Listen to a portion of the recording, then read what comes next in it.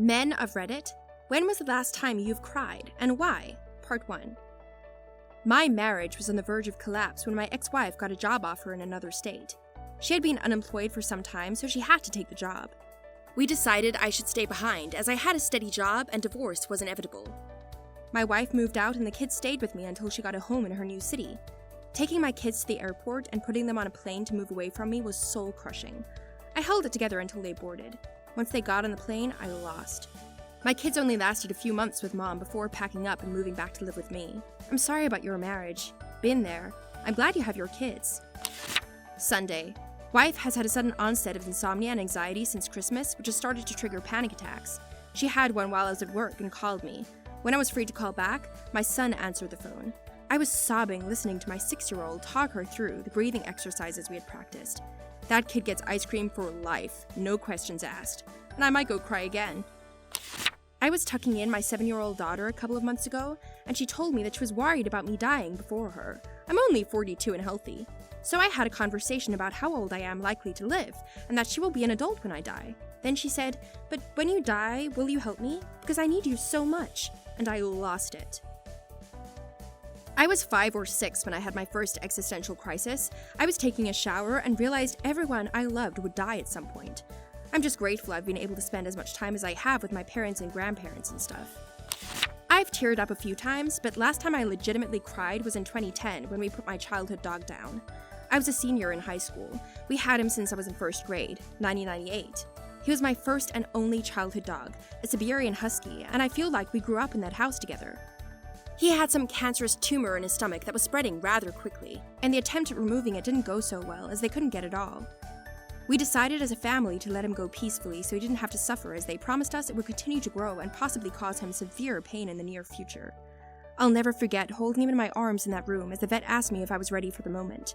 When she injected him, I felt his entire body sink into my arms. He was lifeless in an instant. I was so happy he went peacefully without pain. My best friend growing up.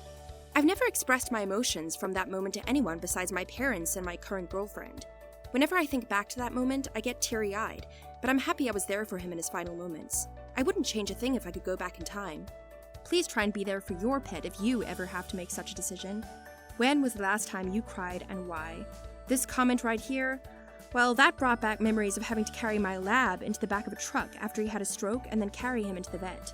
Time to go for a walk. A few weeks ago, when one of my best friends told me he's going to be a dad, I can go for months and months without shedding a single tear, but this news got me really emotional, in the best sense of the word. This has been an eye-opening experience for me, as I had no idea I was capable of feeling such things. Months ago, was yelling at my kids because they were misbehaving and I put them to bed early. Broke down afterwards and cried on the stairs. Knew I didn't have to yell as much and said some unnecessary things. Wife talked with me on the stairs and it turned into a turning point in my life, and I'm doing much better with discipline. It's never too late to apologize and explain to your children why you were yelling. July 2019. I surprised my long-distance girlfriend for her birthday after not seeing her for 3 months. Her reaction was bland, which shook me a bit, but I was like, maybe she's just tired from college and work. I've gotten us a nice Airbnb for 2 nights, so we can have some privacy, but nothing felt right. Last night, we were just listening to some music. She was sitting on the bed pressed against the wall, eyes closed. I was laying on my stomach, and then Georgia by Vance Joy started playing. I teared up and covered my face with my arm. That moment, I realized our relationship peaked sometime before. It was only downhill ahead. I cried without any sound, and she felt the bed shaking from me sobbing. Asked me what's wrong, and then I opened up about how I feel that I'm 100% into this relationship and not getting the same back. She started crying as well, confirmed everything I said, and promised she'll try to improve and bring back the spark we once had. We broke up 3 months later. Oh man, do I miss that girl. Damn dude, I feel you there. The feeling of it peaking and never being the same, knowing it's over, such a hard feeling to express as a guy, but one that can really rip you apart. I don't know you, but I'm rooting for you, man, and everyone else in this situation. While I held my 4-year-old daughter in my arms and realized there was nothing that I could do to save her from dying from mitochondrial disease. I don't think I had ever cried so hard before or since. 7 years later, it still haunts me, but time does make it less painful. That helplessness, the anger cry combined with the grief cry, combined with the hopeless cry and the loss of the future you wanted cry, I know that cry too. It's a deep well in the heart. I'm so sorry about your daughter. Took a small getaway trip, about an 8-hour drive a few weeks back due to stress. I played all of the songs I shouldn't play on the drive up and let myself unwind in the car and get all of that stuff out. Job stress, feelings towards my ex, the whole gamut. My daughter was born at the start of last year. Think I must have cried for a solid hour. Get ready, man. I teared up last year when my son was born. Not a full-on cry, but unexpected emotions. Last night, I was feeding my now 10-month-old, and he was in turn feeding my old Doberman, and it just hit me like a wave. Everything was perfect at that moment. My wife started crying because she had never seen me cry. Then my kid started laughing hysterically, and my dog barked so loud that he forced a fart out.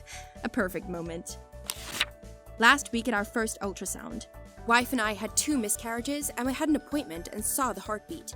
This little peanut has stuck around the longest so far. Fingers crossed. May the pregnancy be smooth, healthy, and uneventful. Last time I got teary-eyed? Cats in the cradle. Last time I cried? Wow, years ago. Must have been when I lost my job, got dumped, and my grandfather died. All within 6 hours. That was enough to set me over the edge. Big yikes, dude. I hope things eventually worked out and got better with time.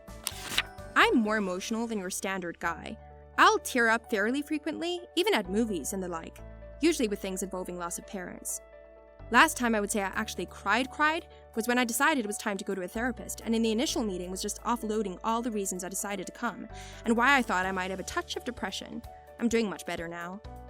Last time I straight out ugly cried or sobbed was when they put my mother's casket into the vault at the mausoleum, almost 5 years ago now, while hugging the hell out of my brother. I can never cry at the therapist's office. Everything seems so ridiculous when I talk about it, and I end up laughing more, even if I had been crying 20 minutes before I got to her office. I'm a sensitive guy, but I recently decided it's my superpower. Sure, pain hits me hard, but art is a thrilling, fair trade. It was over the weekend. I was reaching out to a few different friends to see what they're up to, but everyone else had pre-existing plans. It hit me hard when I realized that I'm always making an effort to reach out, but I don't get the same in return. I do a lot of the work, and when I try to make plans, there's always something that comes up or they're too busy. This last weekend, after a night of drinks, a very good friend of mine and I were ending the night at her apartment. We had been chatting for a bit when at one point, she redirected the conversation and began to beam about how she's proud of the man I've become. She talked about my character, how I treat people, and my habits. She told me there are things I do that she admires, things that I've been doing for years, and that I thought no one noticed. It was a very tender moment, and I couldn't help tearing up. I've never had a friend or loved one, other than a relative, say such beautiful things about me. Bless her soul. I don't know what I would do without her. To say that she's an amazing person wouldn't be enough. She loves you, whether romantically or platonically. She admires, respects, and loves you. Never let her go. Last year, I had to carry 2 of my bull mastiffs to the vet. They were sisters, because one had a thing on her tongue, and figured I'll carry both for a checkup. I left the vet without them, since they both had cancer and had to be put down because it was getting worse. I was with my mother, sister, and my wife, who all came along for the ride. Everybody was stunned and in tears, and I tried to brush it off like no big deal, and that everything would be fine, and that this was for the best. When I dropped everybody home and was finally by myself in the truck, I had to pull over at the next corner to just let it all out. I cried so hard driving became impossible, and must have remained parked there for 10 minutes easily. A month after that, at my workplace, I adopted the stray dog who wandered into our site. Named him Bruno. He was super playful and the cutest mutt ever.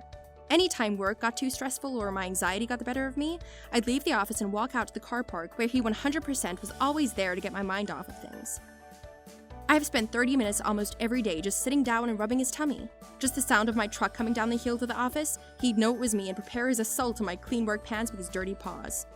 The last time we spent together, I was outside giving him his usual tummy rub and love up, and I was called out to make a couple of runs in my truck. There was a bad thunderstorm that day, and I must have been gone for only 15 minutes when returning to my office site, I saw the reddish mane of my buddy Bruno all wet and sodden just laying in the middle of the road lifeless. I told myself it could not be him. No way.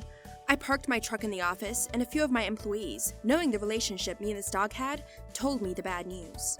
They saw a car hit him. Being their employer, like the scene with the bull mastiffs, I played it cool and had them go and pick up his body for me, which we buried on site here. Like before, as soon as I was left alone, I collapsed in anguish. I have never cried so hard in my life, and this time I cried for days after as well. Anytime I would pull up to work and begin parking, the fact there was no excited mutt to navigate around just broke me up. I have lost family members, teammates, and very close friends alike. Never cried for them like I did in these 2 cases. I teared up just reading this. The way you described those 2 stories, I can tell, and I'm sure you know, You gave them the best life ever. A couple days ago in the shower, the song You Can Let Go Now Daddy came on. My grandpa had an aneurysm blow, and my mom sang that song to him when they unplugged the machines. It'll always make me cry. My friend and gym partner killed himself on November 5th, and I didn't know for a whole week. I was texting him daily things like, "Hey man, where are you at? Are you lifting today? Did I do something wrong? Why aren't you replying? Hey man, if you don't respond to this message, I'm calling the police for a welfare check." And then a friend found the GoFundMe on Facebook. I cried so hard and loud that I heard my roommate approach my door to knock. He heard me through the door and did a quick about face to retreat back to his room. Today, someone approached me in the gym saying, "Hey man, do you know what happened to Ryan? He was in my class and just stopped showing up one day last semester." And I went full deer in the headlights before straightforwardly answering, "He killed himself," then returning to my workout to avoid the emotions and awkwardness. I started drinking at 8 a.m. today, so I had that going for me.